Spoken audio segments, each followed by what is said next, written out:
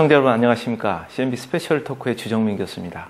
영구 임대주택에 사는 주민들의 생활의 어려움은 그동안 쭉 문제로 제기되어 왔습니다. 그러나 실상은 삶의 질이 개선되지 않았다는 데 문제가 있는 것 같습니다. 그래서 오늘은 이 문제에 대해서 얘기를 나눠보고자 합니다. 오성식 주택관리공단 광주지역 단장 나오셨습니다. 안녕하세요. 예, 안녕하십니까. 예. 단장님께서는 이곳에서 일하신 지 오래되셨습니까? 예, 제가 2012년 2월부터 근무를 시작했으니까 이제 3년 10개월 정도 되었습니다. 네. 광주에는 이런 영구 임대주택이 많습니까? 예, 저희 주택관리공단이 관리하고 있는 7개 단지와 네. 광주광역시 도시공사에서 관리하고 있는 3개 단지를 합해서 10개 단지가 공급되어 있습니다. 네, 굉장히 많은 영구 임대주택이 있네요. 네, 그렇습니다. 북구 지역의 경우에는 이제 오래된 그런 예. 영구 임대주택이 많은 걸로 알고 있습니다. 예. 지어진 지가 보통 얼마나 됐습니까? 91년부터 93년도에 걸쳐서 입주를 했습니다. 네. 그러니까 약 22년에서 24년 정도 되었습니다. 네, 오래됐네요. 20년. 예. 굉장히 노후화도 많이 됐을 것 같습니다. 그렇습니다. 예. 그러면 이제 영구 임대주택 단지에 지금 거주하고 있는 주민들은 얼마나 되는 걸로 알고 있습니까? 지금 저희 북구 같은 경우 지금 5개 단지에 7,120세대가 공급되어 있고, 네. 12,000여 명 정도 거주하고 있는 걸로 파악되고 있습니다. 네. 그런데 이제 사회 취약계층의 복지 증진을 위해서 이렇게 도입된 영구 임대주택이 네. 도시 속에서 외로운 섬으로 자리 잡고 네. 있다는 지적이 많습니다. 그렇습니다. 거기에 대해서는 어떻게 생각하고 계십니까? 입주 초창기에는 영구 임대 단지에 청약 가입자분들이 많이 입주하셨습니다. 네.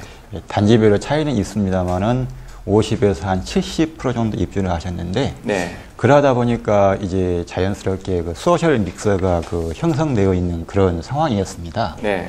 근데 이제 그 이후에 이제 그분들께서 보다 나은 그 거주 환경을 찾아서 이사를 하시고, 네. 그 자리에 이제 수급자 분들께서 입주를 하시면서, 네.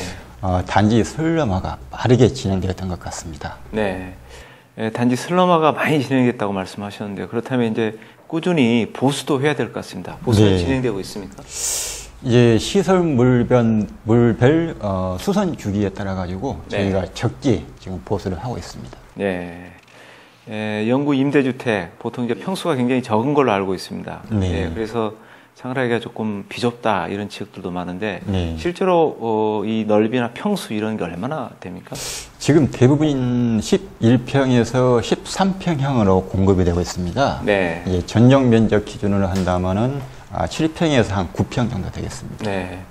전용 면적이 7평에서 9평 정도다. 네, 그러면 이제 가족이 있는 그런 가구에서는 생활하기 굉장히 불편할 것 같습니다. 이제 많지는 않습니다만은 네. 부부가 두 자녀를 거느리고 있는 4인 가구를 기준으로 생각을 한다면은 상당히 비좁습니다. 네. 그렇다면 이제 여기서 거주하고 있는 주민들의 이 거주 만족도 어느 정도나 됩니까? 궁금합니다. 1인 가구가 늘어남에 따라서 공간적인 측면에서 네. 만족도는 그렇게 낮지 않다고 봐집니다. 네. 그런데 이제 환경적인 측면에서 이제 그 좁은 평수에 따라서 생활 소음이 좀 심하고, 네. 또 무엇보다도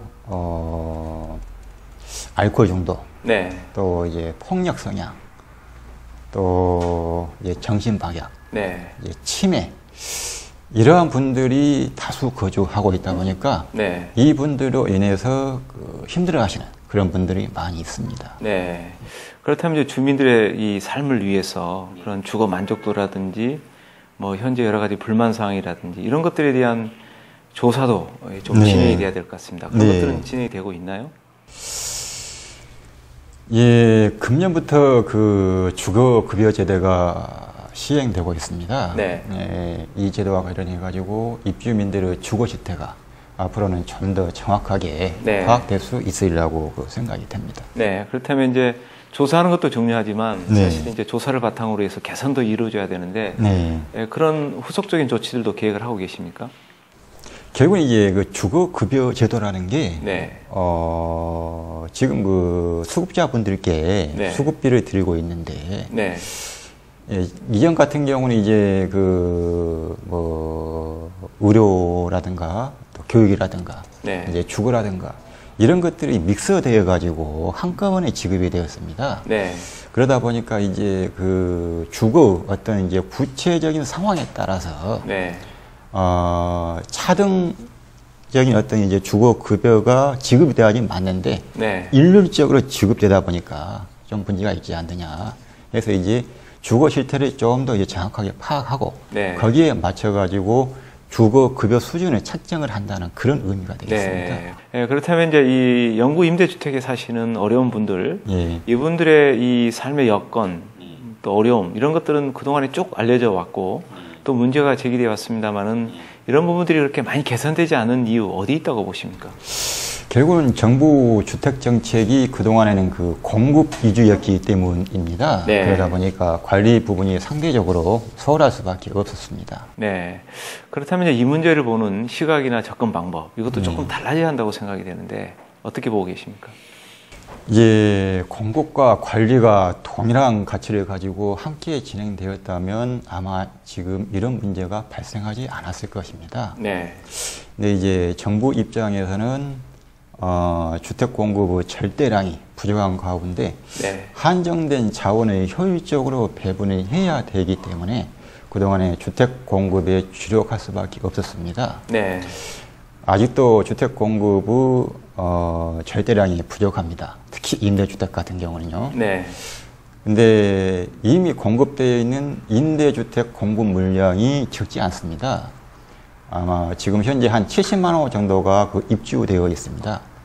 따라서 공급과 관리에 대한 네. 균형 잡힌 정책적인 접근과 또 어떤 그 자원의 배분이 이제 더 이상 그 미뤄져서는 안 된다고 생각이 됩니다. 네.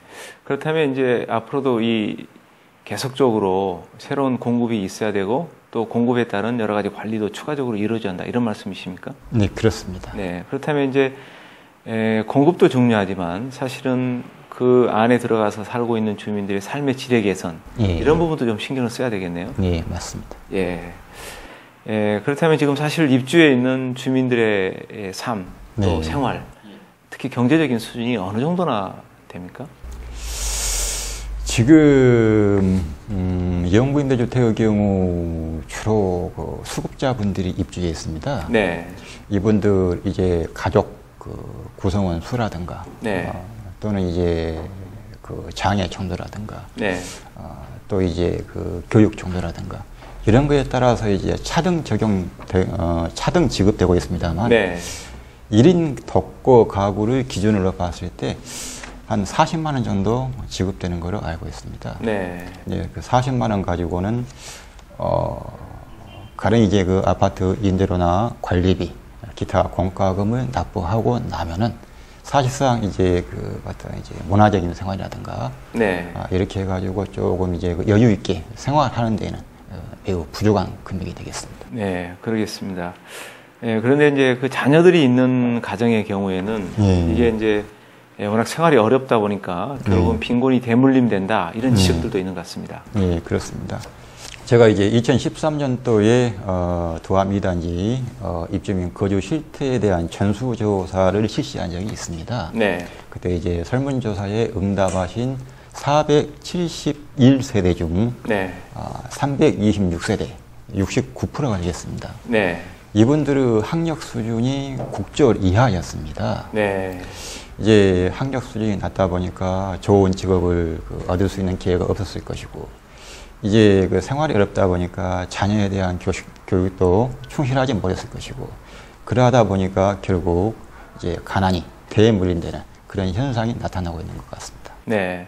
그렇다면 이 문제는 결국은 청소년들의 여러 가지 사회적인 문제하고도 연결이 되어 있을 것 같습니다. 좀 그런 현상들이 나타나고 있습니까?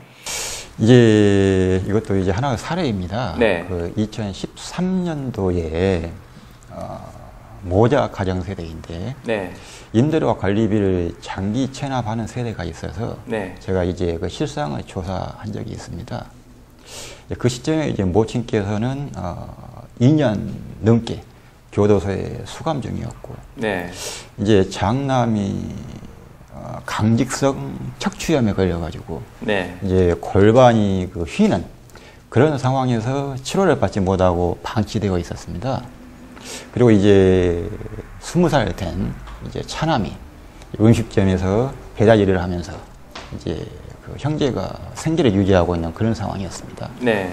이제 방치할 수가 없어서 주거복지 검언원서위원회에서 위원분들과 상의를 해서 그 의료급여와 또 체납된 그 임대료 등을 지원하였습니다. 네.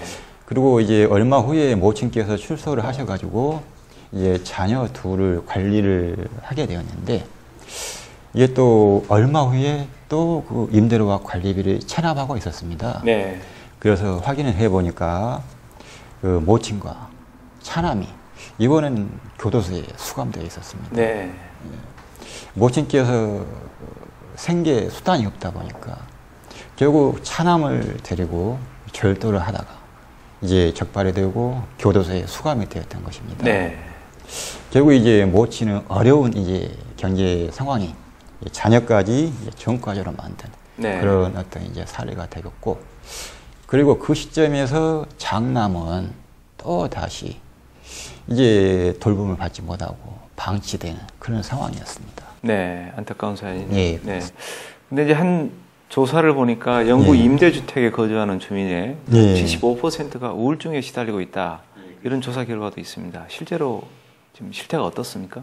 저도 관리를 하면서 가장 우려되는 부분 가운데 하나가 그 부분입니다. 네. 이제 많은 입주민들이 우울증을 가지고 있다 보니까 이제 돌발적으로 어떤 상황이 생길지 많이 우려가 됩니다. 네. 이제 결국은 입주민들께서 희망을 갖지 못하고 있다 보니까 그런 우울증과 같은 병에 많이 걸리는 게 아닌가 생각이 듭니다. 네, 그렇다면 이제 정부 차원에서 네. 이런 부분에 대한 지원, 치료 네. 이런 게 필요해 보입니다. 네. 실제로 그런 게 좀 이루어지고 있습니까? 물론 이제 정부 입장에서는 네. 이제 의료급여를 네. 일단 지급을 하고 있고, 그리고 그거를 이제 감당이 안 되는 그런 분들이 또 있습니다. 그런 분들 같은 경우는 각 지자체별로 지금 이제 위기 상황을 갖다가 이제 구제하기 위해서 네.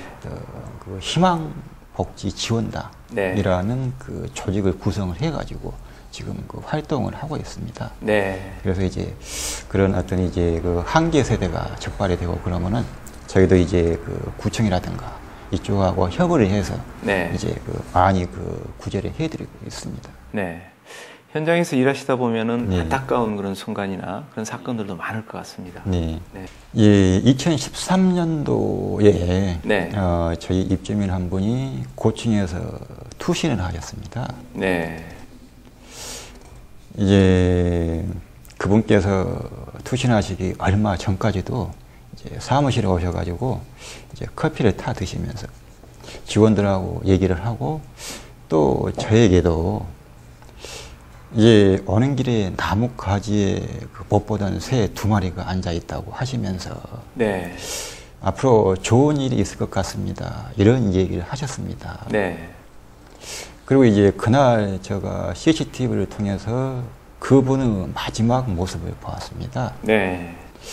엘리베이터 안에서 두어 차례 1층과 14층을 오르내리면서 이제 투신을 하시기 위해서 가지고 간 의자에 앉아가지고 고민을 하는 네. 그런 모습을 볼 수가 있었습니다. 그리고 얼마 후에 그분께서 가족과 관련된 금전 문제로 많이 힘들어 하셨다는 얘기를 들었습니다. 그 얘기를 듣는 순간 그분께서 하신 새 2마리 얘기가 생각이 났습니다. 네. 그 새 2마리는 그분이 어려운 상황을 타개하기 위해서 뭔가 좋은 일이 있기를 기다리는, 소망하는 그런 얘기였던 것 같습니다. 네. 그래서 만약 그 상황에서 그분께 누군가가 조금 희망적이니 말씀을 전해드리고 손길을 내밀었다면은 그분께서 그런 극단적인 선택을 했을까 하는 그런 아쉬움이 있습니다. 네. 말씀 듣고 보니까 굉장히 안타까운 사실입니다. 네, 그런데 이제 날씨가 또 추워지고 있습니다. 네. 그래서 주민들이 경제적으로 어려운데 또 난방비 걱정도 클 것 같습니다. 네. 동절기가 되면 그 입주민들 입장에서는 난방비 부담이 적지가 않습니다. 네. 그래서 이 문제를 그 해결해 드리기 위해서 해양 도시가스 지원을 받고 있습니다. 네. 11평의 경우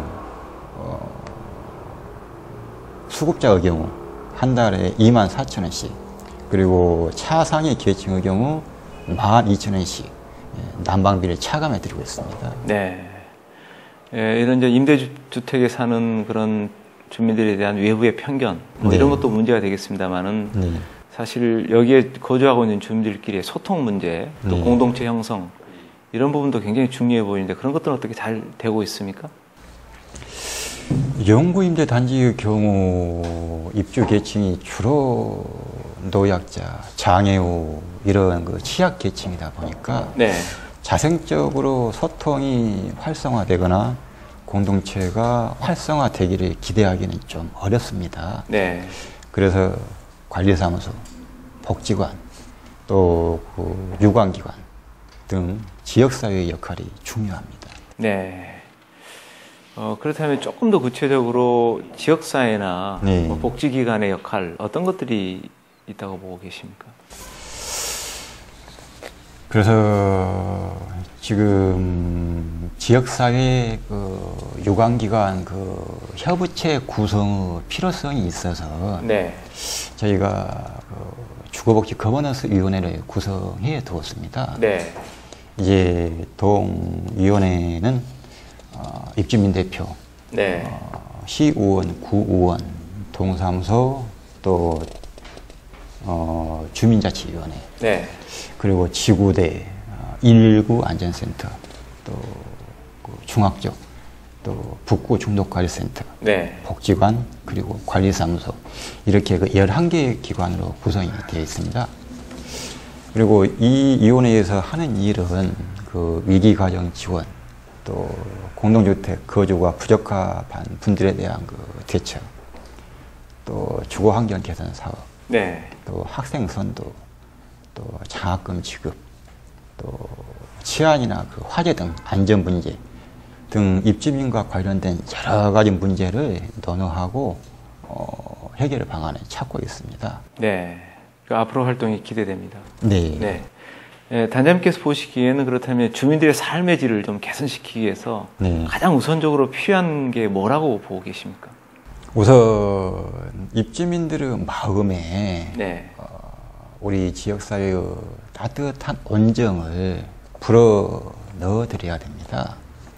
그동안 사시면서 사회로부터 또 이웃으로부터 많은 그 상처를 받아왔는데 네. 그 상처를 그 치유를 해드려야 됩니다.